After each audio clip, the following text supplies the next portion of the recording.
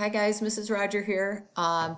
Just wanted to take a minute to go over some of the concepts for week 2 for our programming class. So when we left class right before whatever, mid-March, we were working with classes. So what we're going to do over the course of the next couple weeks is break that down into kind of some mini lessons on classes. So our first lesson is going to be just on methods today. And then all of your homework this week is just about methods. And I want to reassure you that this week I think should go a lot faster than last week's. 2 of your assignments, you're literally writing 1 line of code in each one. And then the third one, you have to write a full method. So let me just kind of talk about what methods are. So methods are a part of your class that you write, and their purpose is basically to do a specific task. So if you remember in programming 1, when we used like functions, that's this kind of the same idea as a method, except that our methods are usually always tied to a specific class.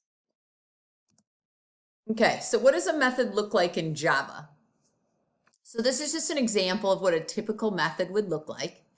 The key things I want you to see on this slide here are that methods they have a header at the top. So this public int my method, that's the header of the method.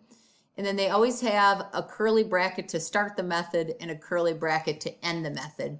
And then whatever the method's going to do, whatever the task it's performing would go inside of those curly brackets. So your big focus this week is going to be mostly on just understanding how the header of a method works. You know, what do all the pieces mean? So this is a breakdown of a method header. So a method header would have a return type, the name of the method, and then any parameters. And we'll talk about those pieces in a minute. Most methods, and basically all the methods you guys are going to write, are public. And the name we give it should have something to do with what it does. So let's look at the return type. Okay, that was the thing that went right before the name. So this is basically the type of info the method will give back to the user when it's done running. So for example, if I had a method that averaged 3 numbers, it would have a return type of double because it would be giving the user the result of averaging those numbers, which would be a decimal, right? So if the purpose of my method was to average 3 numbers and then give that value, that answer to the user, my return type is just telling the computer what kind of information it's going to give back. So it would be a double in that case. A method would have a void return type if it didn't return anything. And I'll show you some examples of all of these in a minute. But the void is the word used when we're not going to return anything. The other piece of the method, so we have our return type, and then we have our name, and then we have the parameters. And that's the stuff inside the parentheses. And these are variables that a method might need to do its job. So going back to the averaging 3 numbers, well, in order to average 3 numbers, I would need those 3 numbers. So those would go in the parameters. And those are always going to be the variables that are inside the parentheses. And again, I'm going to switch over to a code example here in a minute so that I can go over it with you. I just kind of wanted to give you some, some starting points. Okay, so let's switch out of here and we're going to go into Eclipse. And we're actually going to go back into, if you guys recall, just bringing this up. Remember right before we left on break, we created this class called Ball.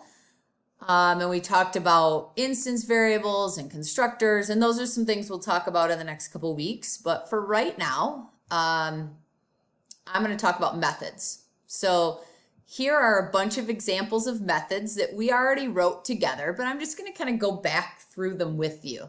Okay, so this first method here, this was for my class Ball, and you can see the word public. They always start with public.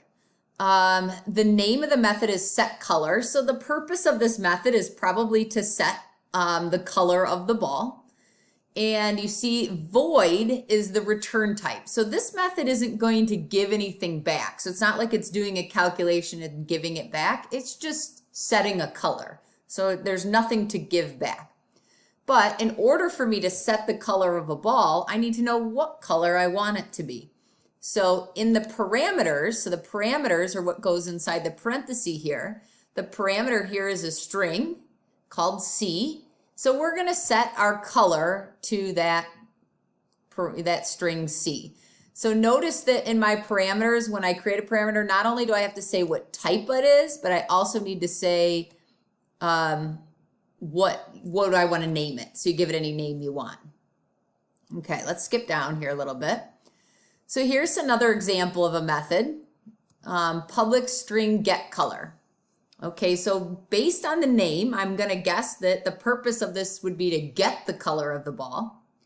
Now, in this particular situation, in order to get the color of the ball that already exists, I don't really need anything from the user. I'm just going to give back a color. So if you notice, the parameters are empty. There's nothing inside the parentheses. But I am giving a color back, which is a string. So my return type is string.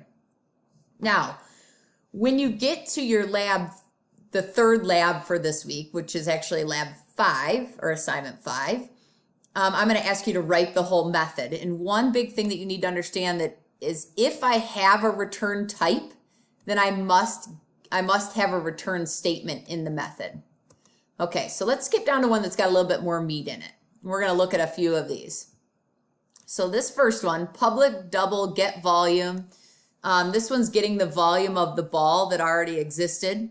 This one we actually wrote together before we left. Notice that it's return type. It's returning a double. So the volume is probably some decimal that we have to send back. We already have all the information we need, so there are no parameters. So you can see that the method did some math, did a little bit of calculating here, and then when it was all done, you see this return, and then what information do I want to return? So I want to actually return volume there. So if it ever has a return type, it must also have a return statement inside the method. This is only going to apply to your assignment 5, where you actually have to write the whole method. And the assignments 3 and 4, you're literally only writing the header of the method, practicing that.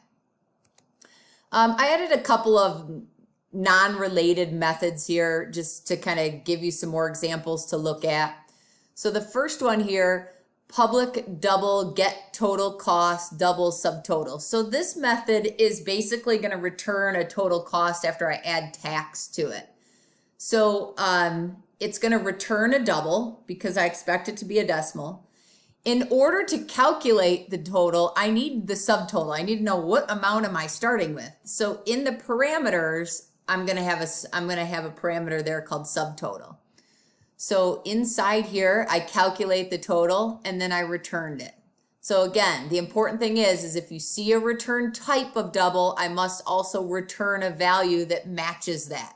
So I couldn't make a string and return a string if the return type is supposed to be double. Those types have to match each other at all times.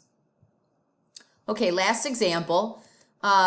This particular method here, if you take a look at it, can you pick out the different parts of it? So again, we see the word public. The name of the method is sentence. It looks like it's returning a string this time because the return type always comes in front of it. And then this one has 2 parameters. So you don't have to have 0 or 1. You could have 2 parameters. You could have 10 parameters. That would be a lot, but you can have a few parameters. So in this case, it's taking in a noun and a verb from the user.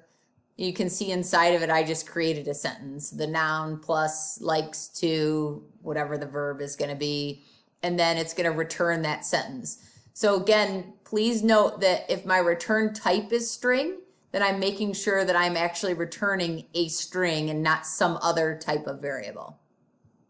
So those are some examples of methods, and that's what you're going to be working on this week. If you have any questions about this, please shoot me an email. And if you need, we can look at code together, using Zoom if we need to. So again, reach out with email if you have any questions. Good talking to you.